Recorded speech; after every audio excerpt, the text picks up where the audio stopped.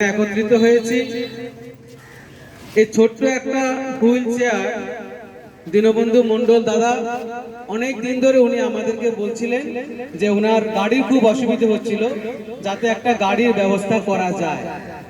তো আমি আমারই একজন খুবই কাছের মানুষ নিরঞ্জন চোটালা ঠক্কর, এই মানুষটাকে আমি অনেক দিন ধরে চিনি।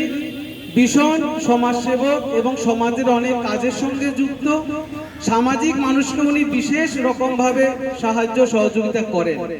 আমি যখন দিনুদার কথাটা ওনাকে বললাম, উনি কিন্তু খুব তাৎক্ষণিক আমাকে সাড়া দিয়েছিল এবং এই গাড়িটার ব্যবস্থা করে দিয়েছে। আমরা ধন্যবাদ জানাচ্ছি আমাদের নিরঞ্জন চোটালা ঠক্কর স্যারকে, যিনি আমাদের কথায় সাড়া দিয়ে দিনুদাকে এই সাহায্যের হাত বাড়িয়ে দিয়েছে।